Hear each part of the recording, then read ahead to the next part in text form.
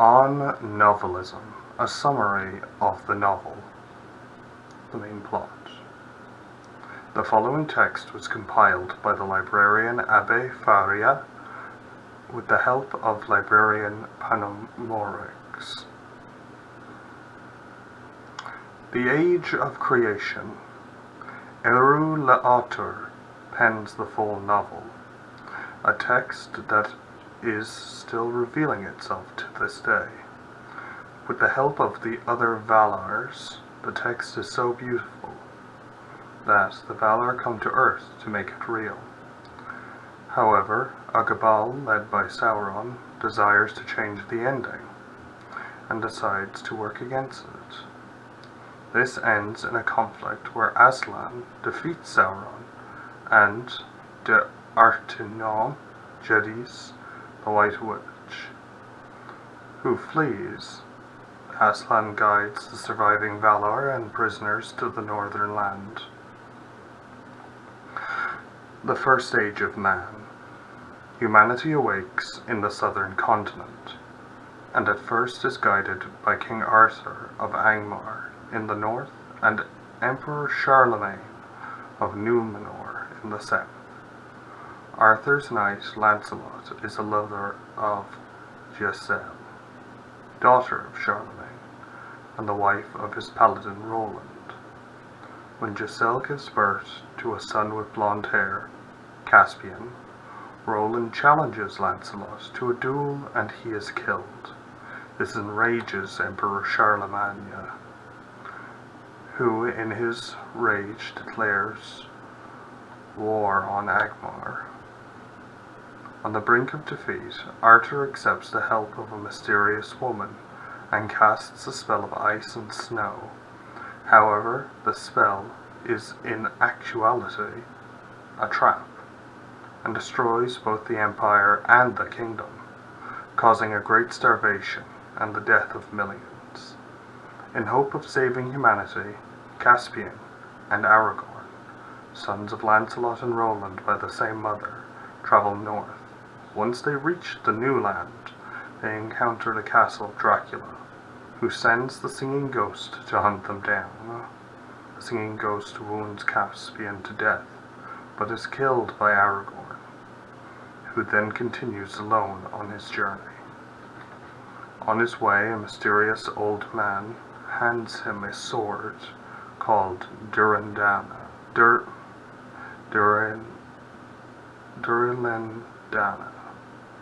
who belonged to D'Artagnan himself. With this weapon, Aragorn travels to the castle of the monster and defeats Dracula. Immediately after, the old man presents himself as Tlopin the Multi-Faced, an envoy of Aslan, and tells him that for his deeds the Lion of Beyond grants him the lands of Francia. Aragorn guides humanity to their new home of Francia, ending the First Age of Man. The Second Age of Man. Starting from the Kingdom of Francia, humanity expands through all of Earth. This is the great age of novels, where books from all over the world made their way to the Empire of Francia, ruled by the great King Philip. However, in the lands of England rules the envious King Edward.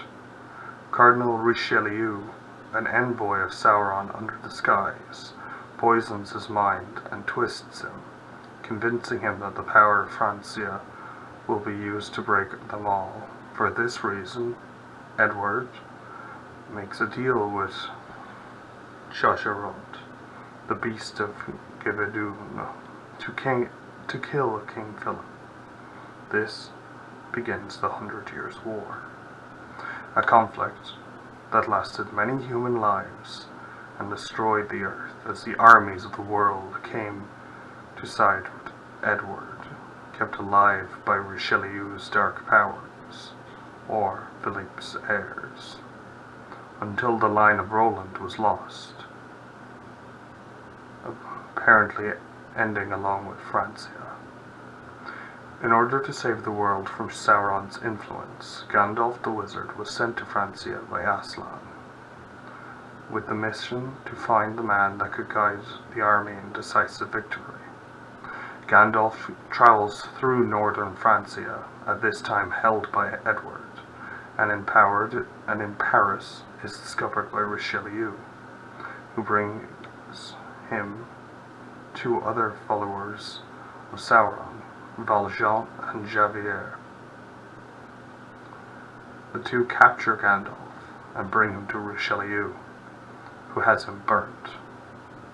He is, however, saved by Quasimodo, a humble hunchback he had met in his journey and assisted.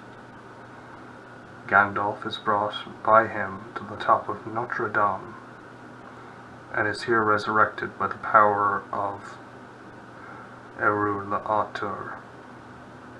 Richelieu sends again Valjean and Javert behind him. Valjean, however, has a change of heart upon seeing the revived wizard, and joins him in his quest, driving Javert off track. This company then, finally, has the fateful meeting with Aragorn, who Gandalf recognizes as a descendant of the line of Roland, and, in procession of Durin Ladain, together the four travel north to England, where they fight Richelieu's monstrous serpent, created by the mad German necromancer Victor Frankenstein, who is slayed by Javert at the cost of his life. Aragorn kills Richelieu and puts Edward out of his misery. The spirit of Javert travels to the lands beyond, where he is welcomed as a hero, though he will never return to the mortal world. Quasimodo is allowed to travel to the land beyond as well, and over time is said to have been welcomed amongst the Valar too. Gandalf chooses to stay in Europe to help future generations. To help him in this quest, Clopin the Multi-Faced, Perrault the Wise, and the Brothers Grimm are sent to the world as well. The age ends with Aragorn restoring Numenor in the place of Francia. The Third Age of Men. The Third Age is extremely hard to describe, as it is the most studied age in human history. The amount of tales and legends from this period far outnumber any other. Therefore, we'll focus on the main plot of the novel. Aragorn Valois founded the Valois dynasty and the Empire of Numenor, who fought many times against the men of the East and the kings of Angband. After the end of the main line, the title ruler of France passed to a distant relative of the House of Bourbon, choosing after many victories in battle that showed his true Numenorian descent. The House of Bourbon was the ruler of France during the 7 Years' War, despite the Sun King, blessed by the stars, ruling it. They were defeated by Angband. The revenge came just a few decades later, when the men of the West, the people we now know the least about, referred at various times as the men of Earthsea, the Westerosi, or the Valinorian, rebelled against their dark rulers, and, with the aid of France, came out victorious. However, soon a dark shadow came over Numenor. The Brothers Grimm had long disappeared in the east, and Perrault the Wise had spent more and more time in solitude, trying to decipher the secrets of ancient legends. There were only 2 envoys of the Valar left by the time the Great Revolution arrived that could truly act: Clopin the Multi-Faced and Gandalf the Wizard. Gandalf saw the dark omens of destiny arrive on France. The Sun King's descendant on the throne was unfit to rule, and Angband was growing in power thanks to their great conquests on the far seas. The men of the East were growing bold and daring. Even old allies seemed to be falling more and more to jealousy. As they did so, Gandalf heard the rumors amongst the people that the line of Aragorn-Valois had failed them, that Durendal could not be wielded by the king, that soon his weakness would attract the ire of Angband, and a new 100 Years' War would start. Soon he heard of the great revolution brewing, and of the Jacobin order. Gandalf began his research in the Jacobin order. He knew there was a dark hand behind them, although he also believed that the Grand Revolution would bring some necessary changes to the world. He was, after all, the kindest of the envoys, and he could clearly see the suffering of the lower classes. Nonetheless, he believed that a king could bring about the change. So Gandalf followed the trail and traveled to Switzerland, exploring the dark mountain passes until he reached the fortress of Dol Guldur.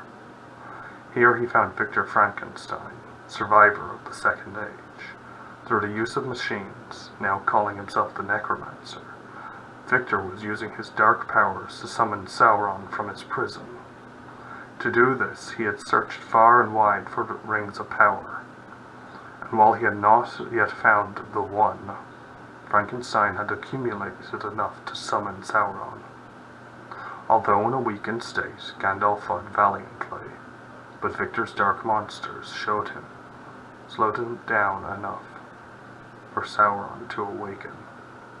Gandalf was forced to flee, and he knew that only finding and destroying the one ring forged in Vesuvius during the Age of Creation could save the world. Luckily, Gandalf had his ideas. In his long travels through Europe, he had met a man from the Shire. Young Tintin was a kid of exceptional kindness and bravery. More importantly, Gandalf had travelled with his uncle to defeat the dragon Fafnir years before, and knew nothing of the ring the man had found. Another story for another day. Now Gandalf had a clear idea of what the young man had in his hands. Then Gandalf stole Durendal from the emperors of Numenor, in the process making an enemy of the fallen king and the musketeers, and travelled to search for the man worthy of wielding it. On Corsica, he found a young general by the name of Aragorn Napoleon Bonaparte, loyal first to the French and second to the king. Bonaparte was of the line of Charlemagne, brave and strong and worth of wielding Durendal. Gandalf left him the sword and told him to find allies and prepare. And less than a decade later, the Great Revolution arrived. The Travels of the Fellowships is a complex novel inside the novel, and we shall offer here only a short summary. Tintin travelled with his dear friend Samsagat Haddock and his two friends Meriadoc and Pippin, and they were robbed by a thief named Lupin, and saved by a travelling Cuyon, Luke the Lucky. They kept going, slowly making their way to Nice, where Gandalf had organized for them to meet. As they did, they could see the danger of the Great Revolution, until, in Brabant, they heard the death of the King of Numenor, and the order of the Musketeer. Here they also ran into Aragorn, who offered to escort them for the remaining road. Their travel south saw them followed by the Wild Hunt, led by the Witcher King. Slowly they made their way to Nice, where they finally met Gandalf.